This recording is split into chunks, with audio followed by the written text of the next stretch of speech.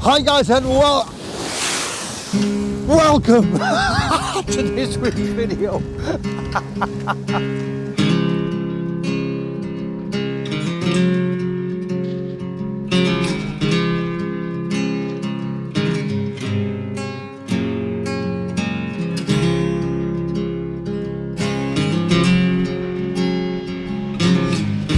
If you can hear me over this crazy wind, and I hope you can, I just want to say hi guys and welcome to this week's video. I am in this rather mental place, but I tell you what, it looks pretty sweet.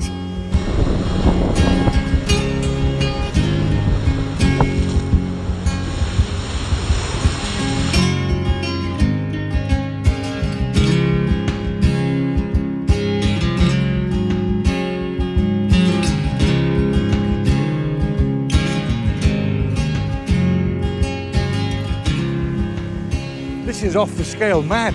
It's just bonkers. There are groynes in the water just there, and they're the reason, all along this beach, they're the reason why I'm here this morning. I spotted them on Google Maps and just decided ad hoc yesterday to travel down here and spend about 4 days going up and down the coast, just taking incredible, well, I'm hoping incredible fine art images of these wonderful groynes. You can't believe this is just bonkers.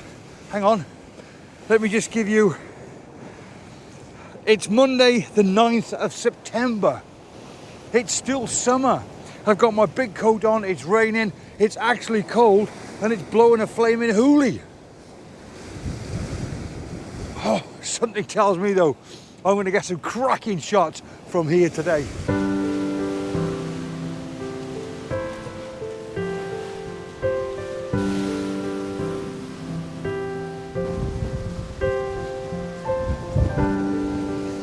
Now this definitely isn't what I wanted to try and photograph, but I just think this looks pretty cool. So I'm going to try and take a couple of sped up shots of some crashing waves, then add a filter or two to slow that shutter speed down. When you get crashing waves, I like to slow that shutter speed down to about half a second or possibly even a second, just to show a little bit of movement. I don't think I'll be able to extend my shutter speed much longer than that, just because of this wind. It's pretty ferocious, but who knows? Let's give it a try. All I'm worried about at the moment is my gear is getting soaking wet. Oh,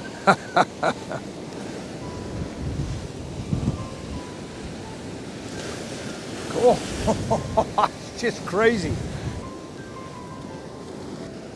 So my settings for my sped up shots at the moment are 400th of a second, f8 and ISO 500, and all I'm doing is quite literally rattling off a few shots every time I see a crashing wave. If I don't move the camera, then I could possibly make composites, because the timing of the waves crashing closest to me and furthest away appear at different times. So all I'm doing here now is waiting for a big wave to hit here, then grab that shot, and then I'm looking for big waves down here and grabbing various shots as well. Like I say, you can then probably put them together as a composite, and I think that looks quite nice. Let's keep an eye on this and see if we can see any big waves. Might be one there. Oh, look at that. And then as the wave goes further down the seawall down here, I'm just grabbing it again and again and again. I might use it as a composite, or I might just leave it as is.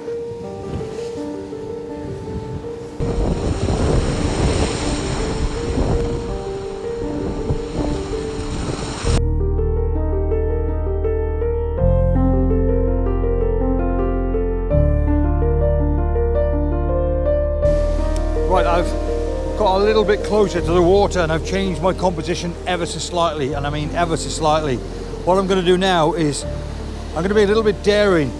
I'm just going to look straight out to sea, utilising the handrail as a bit of foreground interest stroke leading line, and I think that'll look quite nice. But what I'm going to try and do, and I'm not sure if I'm going to be able to in this wind, is create a 2-minute exposure. First of all, I need to bring that light down in the sky just a bit more.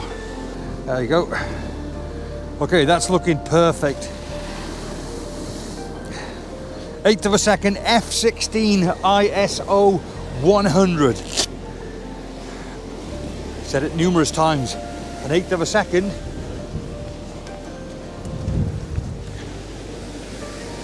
Translates to 2 minutes when you apply a 10-stop filter. Get my 2-second delay back on. Right, 2 minutes. Wish me luck. What a bonkers morning. Absolutely bonkers morning. Yeah. There's no words. What I'm photographing now is really not what I'm here to photograph, but you've got to grab these opportunities while you can. I have no idea what this is going to look like or even if it's going to work because the wind is really bad. Now, I just looked at that picture and and it looks fantastic. I've got to tell you, I want to take another one for luck and I've run out of battery. You know when things are against you? 2 minutes and away she goes again. But I got to tell you, this looks pretty cool. But do me a favor, stick with the video because this isn't really what I want to try and capture from here. I've come here because the groynes look incredible on Google Maps, and that is pretty much my point of reference really. And because the tide is high now, obviously I've never been here before, so I wasn't actually sure how high the tide needs to be to reveal the groynes, and most of the groynes aren't revealed, they're being consumed by this high tide. So just stick with the video, please, because just walking up and down here I've seen some incredible potential compositions. Oh, I am so excited.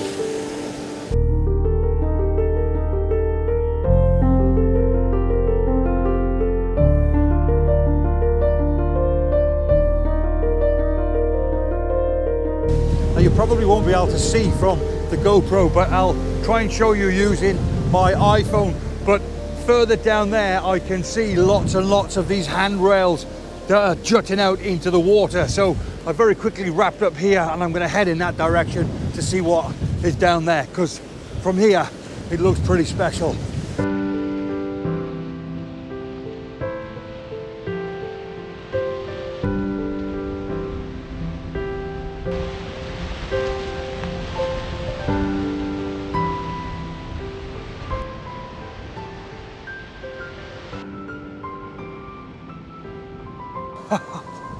I didn't know any of these existed. Love it. Especially love it. Look at that.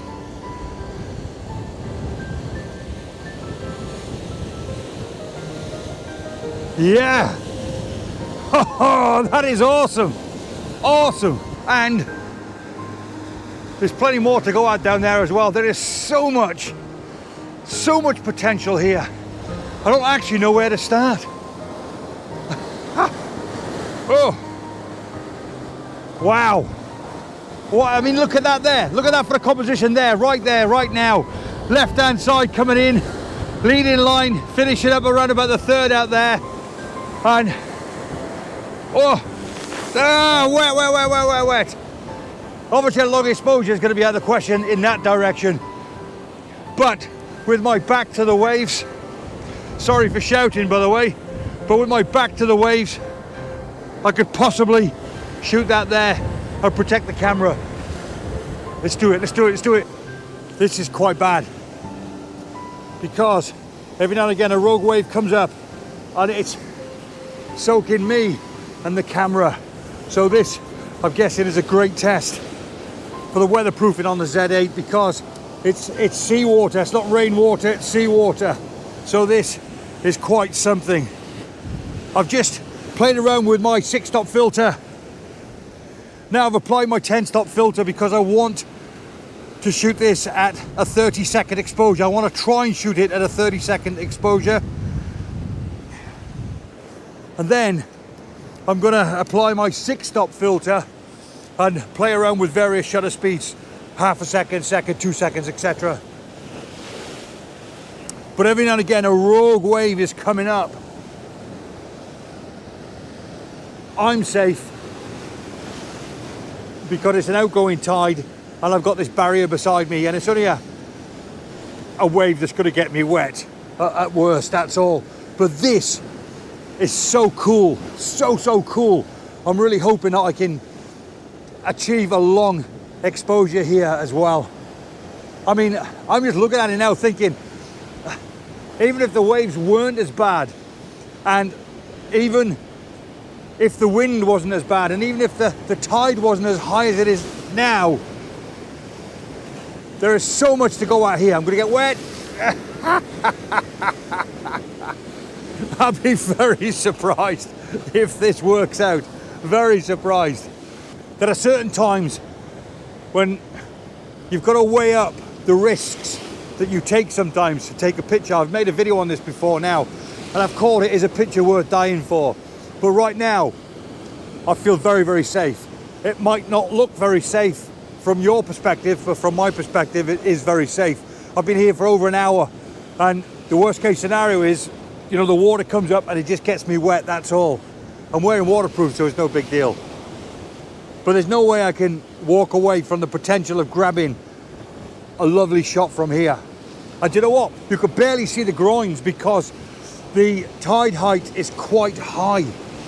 When the tide starts to recede a bit more, these groynes are phenomenal.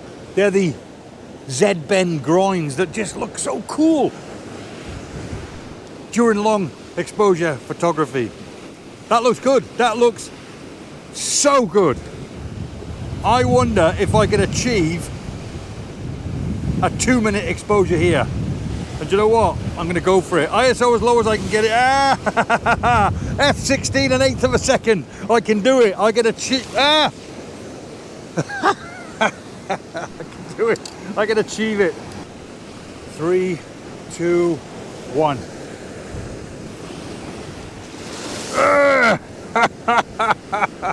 Oh no! Camera, I just moved the cloth away. Absolutely soaked. Right.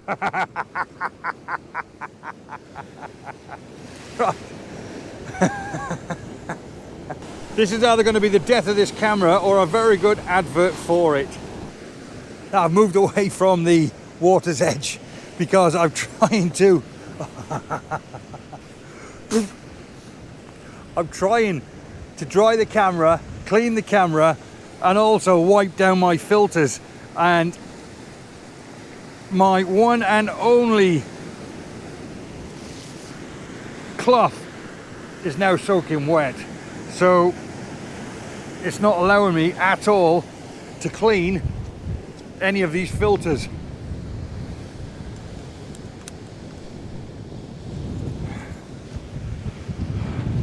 So just to recap, I'm now going to apply my 6-stop filter, go back out and take some shorter duration shots. I hope that's going to work if I can, which pocket, this pocket, if I can clean the salt water off this damn filter using every photographer's reserve lens cloth, otherwise known as a t-shirt. You know what? It's wet as well. I am not leaving here without a shot, good or bad. I'm not leaving here without a shot. I can't believe it, but quite some time ago I put a spare cloth in one of my hidden compartments with a spare pair of glasses, and I've called it my emergency compartment, and I actually forgot it was there. So now thankfully I've got a dry cloth. But look, I am not sure what's going on here today because I'm recording everything on my GoPro, and let me show you the state of my GoPro. I've got water inside it. How can you have water inside a GoPro? Look, let me get up close. Look, what's all that about? And all around the lens as well. And the worst thing about that is I don't actually know if it's going to affect the video or not. So that means all of the footage I captured this morning might just be a complete waste of time. I so hope not, because I've had such a great morning so far. Time was it? Oh, it's 20 past 11. I'm saying morning. No, I'm feeling hungry. Now I've got a little bit brave. I've come forward to try and avoid the handrails breaking the shot up. And it's really, really quite nice. Now, I could have waited a little bit longer for the tide to recede a little bit more, but the problem you've got then is the foreground interest that's being covered by the waves at the moment might not be there. And so it might not look as clean as I'm hoping it will do with that white foam foreground floor interest. That's cool. I just love fine-tuning stuff like this. Sometimes it works, sometimes it doesn't. I've got the handrails coming in probably from the top third, pointing down, drawing the viewer's eye in, but sometimes it can look either too industrial or too busy. I mean, when it comes to fine art photography, more often than not, less is more. And my only slight worry here is that the foreground, there's a lot going on and it might look too busy. But if you don't take the shot, you'll never know.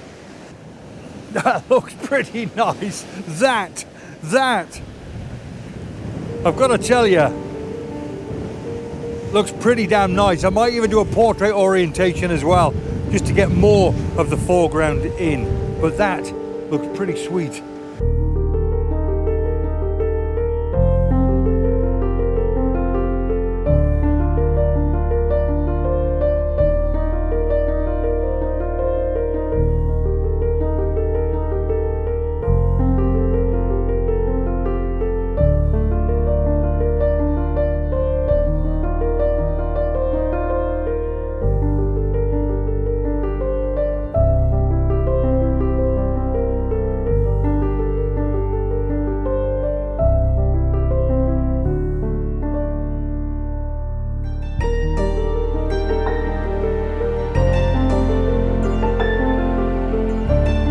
Right, 50 yards further down, I've managed to find another composition that I absolutely love and adore. Steps going into the water right next to groynes.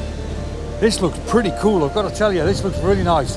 Now, I'm absolutely wringing wet through, so for this video, I'm going to call it after taking this picture here. I haven't taken any pictures that I planned on taking, so that means I'll probably have to stay overnight and come back here tomorrow, or even tonight possibly, or even this afternoon later on when the tide height is much lower down. Oh, but I've got to tell you, this is day one, this is morning one of my road trip, and I'm absolutely buzzing. I don't care how wet I am buzzing. This morning has been just a delight to call yourself a photographer and to be here taking pictures. Just a delight.